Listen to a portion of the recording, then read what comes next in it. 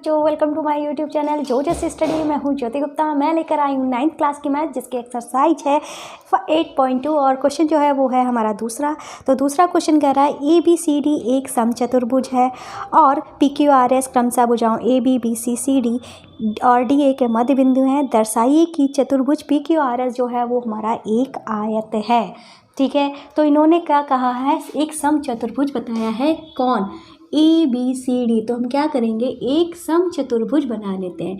ठीक है, तो समचतुर्भुज कैसी आकृति होती है? समचतुर्भुज एक ऐसी आकृति होती है जिसकी चारों भुजाएं तो समान होती हैं और साथ ही क्या होता है, इनके विकर्ण जो होते हैं जब एक दूसरे को काटते हैं, ठीक है, तो कितने पे काटते हैं? वो 90 डिग्री पे काटते हैं। ठीक है, ये होते हैं हमारे समचतुर्भुज। ठीक है, और आमने सामने की भुजाएं जो होती हैं वो हमारी समांतर भी होती हैं।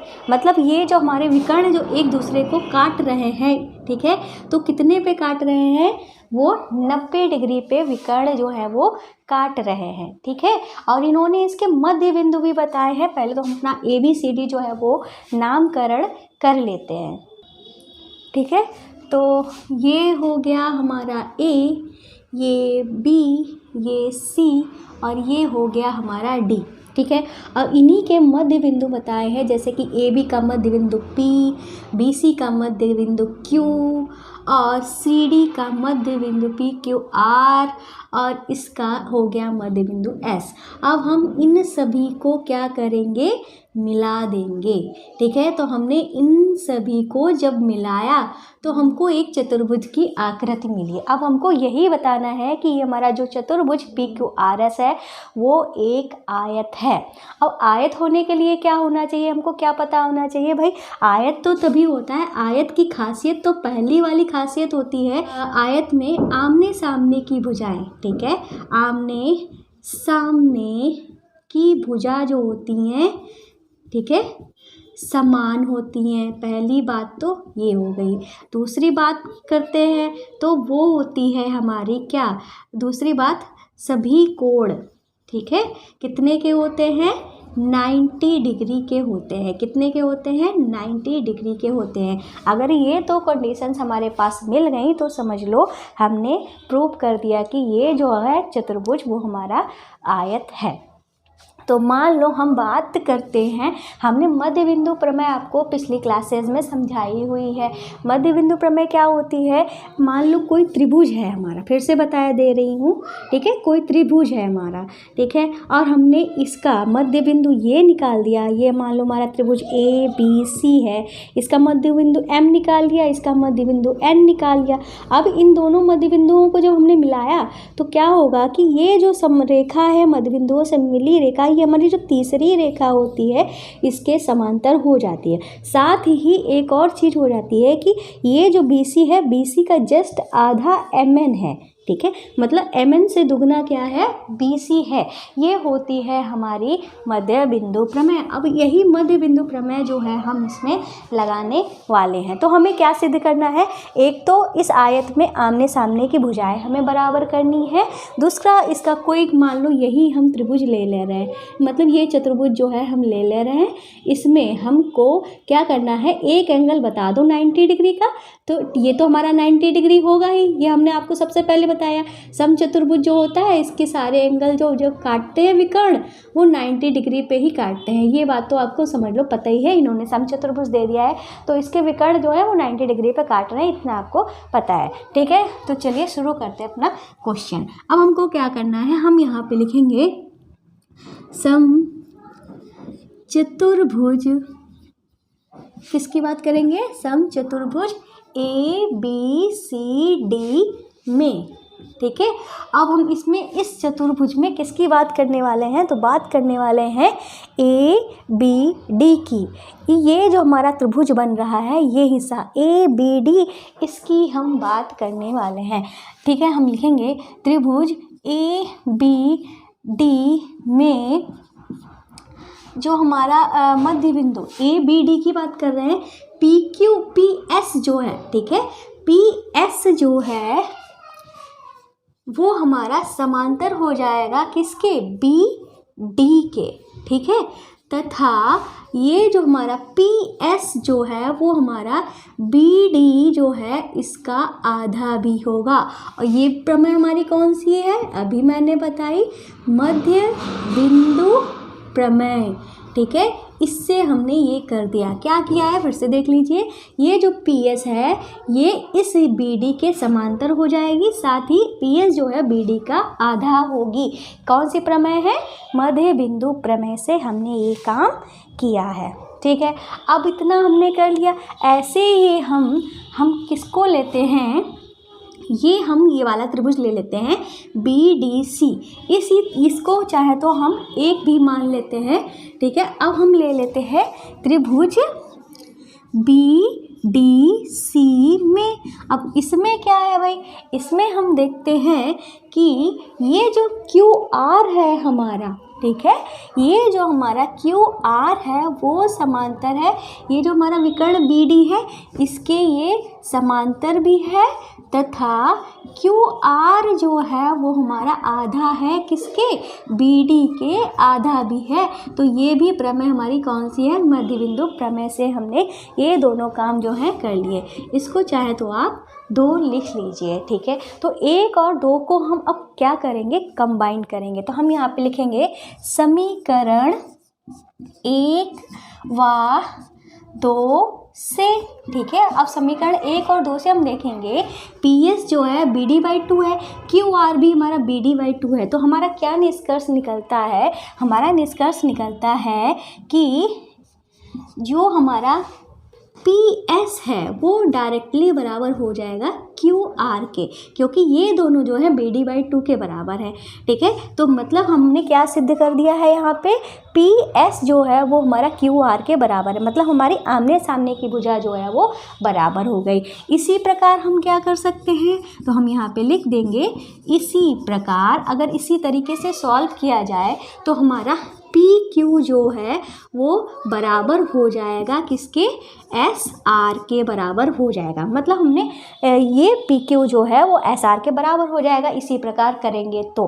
ठीक है, तो हमने क्या कर दिया है? आमने सामने की भुजाएं जो हैं वो समान कर दी है। मतलब एक स्टेप जो है वो हमने पूरा कर लिया है। दूसरे स्टेप में क्या करना है? सभी कोण जो है हमें एक कोण निकाल दो, उसी प्रकार से हमारे सारे कोण 90 डिग्री के हो जाएंगे। ठीक है, तो एक कोण हमें 90 डिग्री चाहिए। तो हम क्या करते हैं, ये जो हमारा चतुर्भुज बना हुआ है इसको ले लेते हैं, एक हिस्सा ले लेते हैं। ठीक है, इस चतुर्भुज में हम नामकरण कर देते हैं। मान लो हमारा यहाँ पे हम मान लेते हैं M, यहाँ पे N, यहाँ पे O। ठीक है, तो हमने ये नाम डाल दिए हैं। ये कौन सा चतुर्भुज हुआ? SMNO। ठीक है, ये हमारा चतुर्भुज है। ठीक है, तो हम यहाँ पे लिखेंगे चतुर्भुज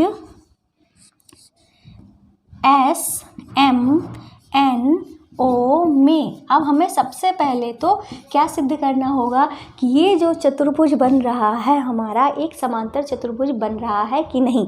इसके लिए हमने आपको पहले ही बताया है, SR जो है वो AC के समांतर भी है। ठीक है, ये चीज़ लिखी नहीं है, हालांकि चाहे तो आप लिख लीजिए। ठीक है, जैसे हमने ये चीज़ इसके समांतर लिखी थी, इसी प्रकार SR भी हमारी AC के समांतर होगा और इसका AC का आधा होगा SR, और ऐसे ही PQ जो है वो AC के समांतर होगा। ठीक है, ये चीज़ लिखी नहीं है, चाहे तो आप लिखना चाहो तो लिख भी सकते हैं, वरना ये चीज़ तो हमने लिखी हुई है। ठीक है, इतनी चीज़ तो आपको समझ में आएगी। ठीक है, तो हम यहाँ पे पहले तो यही लिख देते हैं, क्योंकि ये चीज़ हमने लिखी हुई है, ये वाली चीज़ हमने लिखी हुई है, तो सबसे पहले यही लिख देंगे। क्या हमने लिखा था? PS जो है वो हमारा किसके समांतर है? QR के बराबर है और समांतर भी है। इसी प्रकार ये जो है PS जो है हमारा BD के समांतर है, तो हम कह सकते हैं OS जो है वो हमारा NM के भी समांतर हो जाएगा। ठीक है, हम यहाँ पे लिख सकते हैं OS जो है वो हमारा समांतर है NM के। ठीक है, और हम यहाँ पे लिख देंगे तथा हमारा S हमने समांतर कर दिया, तो हम लिख सकते हैं ON जो है वो समांतर है किसके? हमारे ON जो है वो समांतर है SM के। ठीक है, तो हमने क्या किया है? ये और ये तो हमने समांतर दिखाया था कि ये दोनों समांतर हैं। इसी प्रकार ये और ये अभी हम जब सॉल्व करेंगे तो हमारा ये भी समांतर ही आएगा। तो हमने कह दिया है ये जो है हमारी भुजा OS जो है NM के समांतर है, ON जो है SM के समांतर है। ठीक है, अतः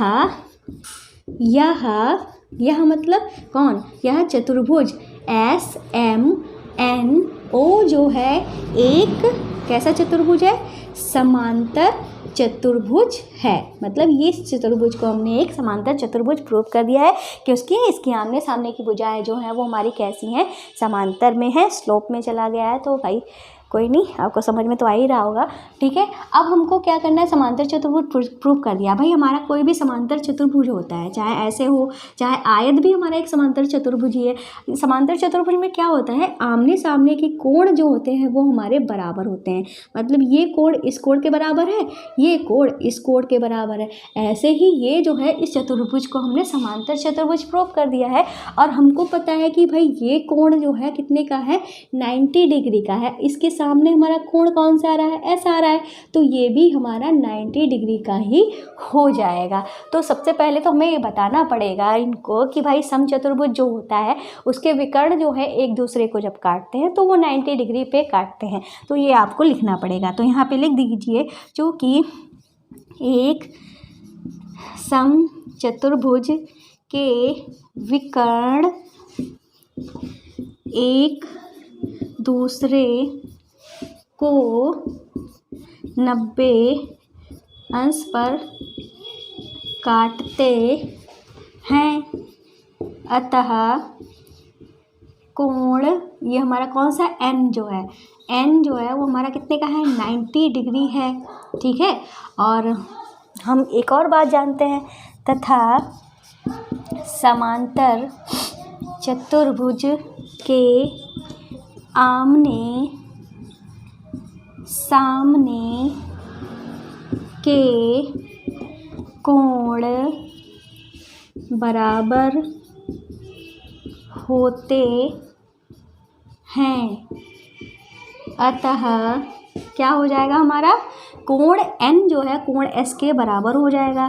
कोण N बराबर कोण S, और ये हमारा किसके बराबर है, 90 डिग्री के बराबर है। तो मतलब हमने क्या बता दिया है कि कोण S जो है वो हमारा 90 डिग्री आ गया है। तो हम यहाँ पे लिख सकते हैं, इसी प्रकार बाकी के कोण जो हैं हमारे, जैसे कि कोण R बराबर कोण Q बराबर कोण P बराबर कोण ये हमारा जो निकला है, ठीक है, कौन सा था निकला हमारा, S, ये हमारे सारे कितने के हो जाएंगे, 90 डिग्री के हो जाएंगे। मतलब हमने सभी कोण बता दिए हैं 90 डिग्री के हैं, आमने सामने की भुजा भी हमने बता दी बराबर है। तो हम कह सकते हैं, अतः PQRS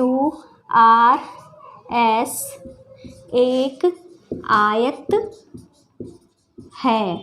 ठीक है, तो इस तरीके से क्वेश्चन जो है वो हमारा पूरा कंप्लीट हो जाएगा। उम्मीद है क्लास जो है वो आपको अच्छी लगी होगी। इस क्वेश्चन में ऐसा मुझे नहीं लगा कुछ है आपको समझ में नहीं आया, कुछ नहीं किया है। सिंपल से हमने पहले मध्य बिंदु प्रमेय लगा के इसकी आमने सामने की भुजाएं जो है वो बराबर कर दी। फिर हमने क्या किया है, आमने सामने की भुजाएं जब बराबर हो गई तो हमको पता है कि भाई ये जो है ये भुजा इसके समांतर है, ये भुजा इसके समांतर, तो हमारा समांतर चतुर्भुज बन गया। समांतर चतुर्भुज बन गया तो इसके आमने सामने के कोण बराबर हो गए। अब कोण बराबर तो हो गया, पर हमको पता है कि भाई जो हमारा जो मेन चतुर्भुज है, समचतुर्भुज जो है, उसके विकर्ण एक दूसरे को 90 डिग्री पे काटते हैं। 90 डिग्री पे काटते हैं तो मतलब आमने सामने के कोण भी बराबर हो गए। तो एक कोण हमारा 90 का आ गया, इसी प्रकार हमारे सारे कोण भी 90 डिग्री के हो जाएंगे। तो हम कह सकते हैं कि भाई हमारा ये जो है वो एक आयत बन गया। तो इस तरीके से क्लास संपन्न हुई। उम्मीद है क्लास जो है आपको अच्छी लगी होगी। तो भाई हमारे चैनल को सब्सक्राइब करना मत भूलिएगा, वीडियो को लाइक करना मत भूलिएगा, और हमारे ऐप को डाउनलोड ज़रूर कर लेना। ठीक है, प्ले स्टोर में आपको मिल जाएगा जोजस स्टडी नाम से। और ब्लॉग चैनल को भी देखना मत भूलिएगा। साइंस पढ़नी है तो साइंस वाले चैनल पे चले जाइएगा। आज की क्लास में बस इतना, मिलते हैं नेक्स्ट वीडियो में, तब तक के लिए बाय।